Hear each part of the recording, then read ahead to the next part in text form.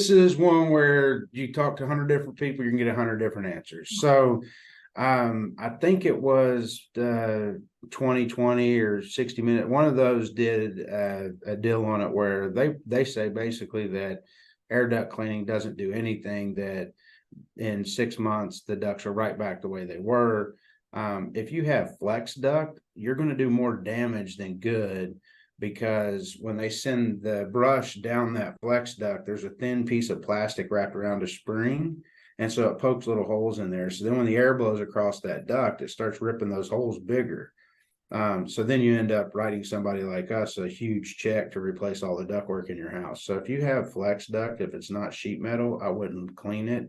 If you have duct board, I struggle with that too, because once you start to break that loose, then you start getting fiberglass that comes out and blows all over your house, and it actually creates more dust in your house. So I don't suggest that you clean ducts. I Okay. suggest you do a good air filter. Okay. Make sure your ductwork is sealed. Yeah.